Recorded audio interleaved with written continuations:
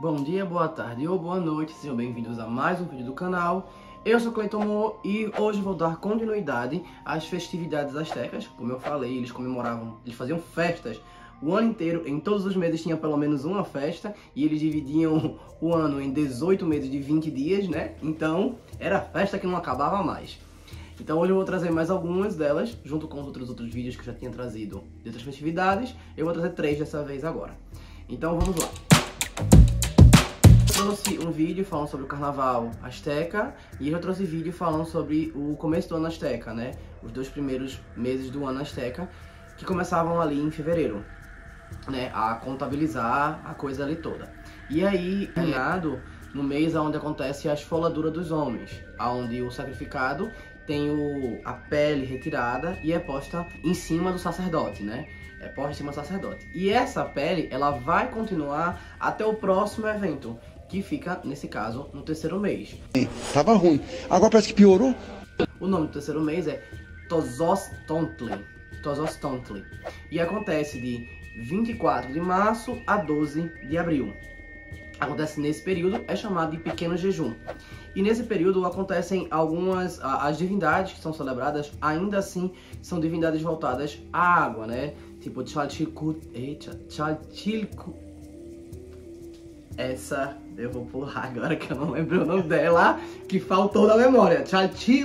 Chalchiutekutli, eu acho que é isso o nome dela, agora mas eu tô na dúvida. Eu esqueci o sufixo dela ali pra finalizar, mas enfim. Tlaloc, os Tlalocs, e aí a gente já começa a trazer algumas outras coisas. Dizem que nessa festividade também já começa a trazer outras divindades, já falando sobre a questão do solo. Então já se traz Coatlicue, né, que é a deusa da serpente, a deusa da saia de serpentes, que é a mãe de Huitzilopochtli, que é o deus civilizador deles, o Colibri do Sul, que aí ela é ligada à vida e à morte e obviamente à terra, como se fosse a mãe terra ela. Então já é tratada um pouco para ela. Xilonen também e Senteotli, que estão vinculados ao milho. E esse culto dessas divindades vão se perdurar basicamente nos 3 meses, só de formas diferentes. Como uma continuação da última celebração, os sacrifícios continuam da mesma forma. As crianças sendo sacrificadas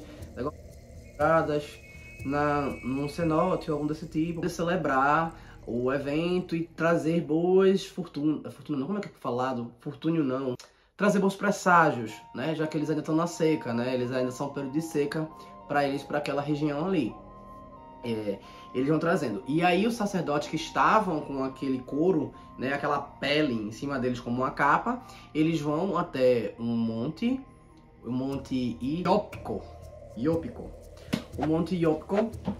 E eles vão até esse monte e eles fazem tipo um funeral para essa pele. Essa pele é enterrada, eles colocam junto com os ossos do sacrificado, fazem uma celebração e tomavam um banho de forma ritualística.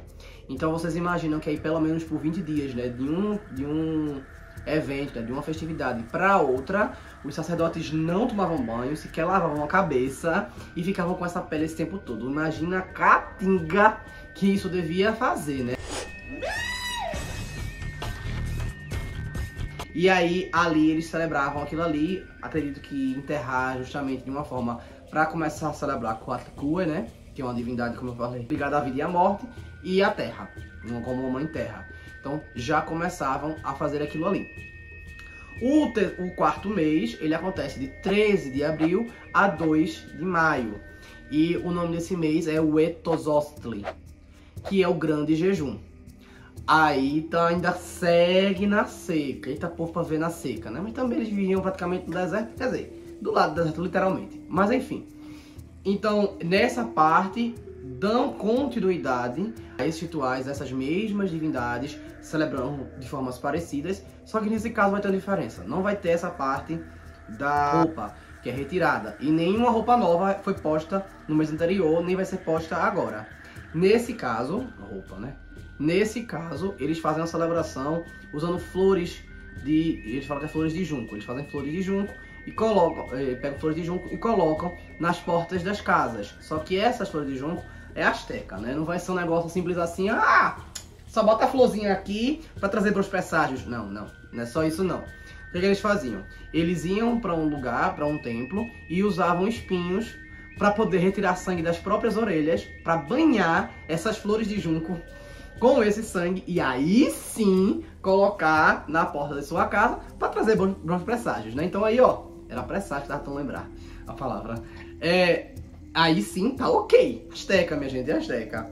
Só que também tinha outros rituais, como por exemplo, eles construíam um modelo, né, um boneco representando algumas divindades. A divindade Chichecoatl, é isso mesmo, que era uma divindade que era representada, que é a dos mantimentos, é a que dá os mantimentos, a que dá, que é a divindade cobra, né? O 4 é por causa de cobra em Nahuatl, a língua azteca, né? Então era como se fosse uma serpente, as 7 serpentes, é uma coisa assim que significa o nome. Mas também é tratado como a serpente dos mantimentos, é quem dava o alimento, é quem provia, é da providência, daquela que ia dar o alimento e a sustentação da população. Então era representada de uma forma lá, eles faziam o eco dela, e algumas mulheres levavam espigas de milho secas nas costas para dar para esse boneco, representando uma retribuição do que ela tinha dado no ano anterior. Então, tipo, isso aqui foi tirado no ano anterior, isso aqui foi o que a gente tinha conseguido colher e tal. Então a gente leva um pouco pra ali, pra você, pra tipo, olha, muito obrigado por isso que você me deu, gostaria demais, a gente tá fazendo outros tipos de rituais pra você lhe agradar. Esse tipo de coisa, uma representação mais física daquela devoção, né? E o sacrifício das crianças continuavam. Inclusive nessa época se comprava as crianças dos próprios pais. Eu não ouvi o que eu ouvi? Tá? E como eu já falei no outro vídeo, eles consideravam como uma coisa boa, visto que as pessoas que morressem para sacrifício dessa forma, ou qualquer forma para divindade, era dito que iam para um paraíso específico, e o paraíso que era envolto para Tlaloc era o melhor paraíso, que é Tlalocan. Eu também tenho um vídeo falando sobre os paraísos aztecas, vão dar uma olhada. E aqui já é o 5º mês do ano, ele começa em 3 de maio e vai até 22 de maio, e é chamado de Toxcatli. Pelo que eu vi, ele pode significar seco ou escorregadio, ou é um trocadilho entre seco e escorregadio. Então, esse é o seguinte. Finalmente começou a chover. Mas é só aquele prenúncio da chuva. Eita, choveu um pouquinho aqui, eita, apareceu alguma coisa, sabe? E aí eles começam a celebrar dessa forma. Porém, agora ele fazer uma devoção a um deus que é considerado como se fosse um deus da renovação. Isso a gente sabe, renovação azteca tem o quê? Destruição e refeito, né? Qual vai ser essa divindade? Tezcatlipoca. Tezcatlipoca, ainda bem que é um nome fácil de falar. Tezcatlipoca, ele é o deus do espelho fumegante, que está associado a essas festividades nesse mês. Como é que acontecia? Eles escolhiam um jovem um ano anterior, tá? E antes de começar, ou seja, 20 dias antes, ou seja, o mês anterior, eles colocavam esse jovem e davam 4 mulheres para ele. E ele poderia usufruir carnalmente, vamos assim dizer, o quanto quisesse com essas 4 aí durante esse tempo. E ele era tratado como um homem divindade. Ele tinha todas as regalias, alimentação, bajulado, tudo. Durante esses 20 dias. Ele recebia flautas e ele aprendia a tocar essas flautas e compunha melodias, enfim, várias coisas enquanto estavam ali. Ou o tipo de flauta azteca, no caso, né? Que eu já falei também que eles tinham instrumentos de sopro. Tá no vídeo de Made in Abyss. Mas beleza. Seguindo aqui. E aí, ele ia fazendo isso. Só que aí, quando chegava no dia específico que acontecia o evento, esse homem, ele era retirado desse coisinha e ele seria sacrificado. E aí, enquanto ele estava subindo a pirâmide para ser sacrificado, ele ia aqui, ó, tome, quebrando uma flauta, depois tome quebrando outra. Cada degrau ele tinha que quebrar uma flauta para representar como se fosse... Como é que eu posso dizer? Quebrando os ossos sem quebrar, ou para representar a quebra do mundo físico indo para o mundo espiritual, ou alguma coisa desse tipo. Lembrando que para os aztecas, ascender a pirâmide para um sacrifício é você ascender do plano material para o plano espiritual, tá? Para quando chegar no teto ali, você ser justamente a intersecção entre o plano físico e o plano espiritual. Então ele estava subindo para poder fazer isso, chegava lá, ele era sacrificado. E aí esse sacrifício além de ser feito o básico, que eu já expliquei em outros vídeos, né? O que acontecia? Tiravam os ossos dele e tal, descarnavam o crânio dele e colocavam o crânio dele junto a um colecionário, vamos dizer assim, um negócio assim que era como fosse uma prateleira de crânios que são falados em algumas partes da mitologia asteca e que eles tinham lá dentro do templo de Tezcatlipoca, porque Tezcatlipoca era associado a ir buscar em outra história que eu conto em outro vídeo, mas enfim. E colocavam lá. O nome desse armário de ossos era Tsomplin, uma coisa assim, agora o nome tá me fugindo.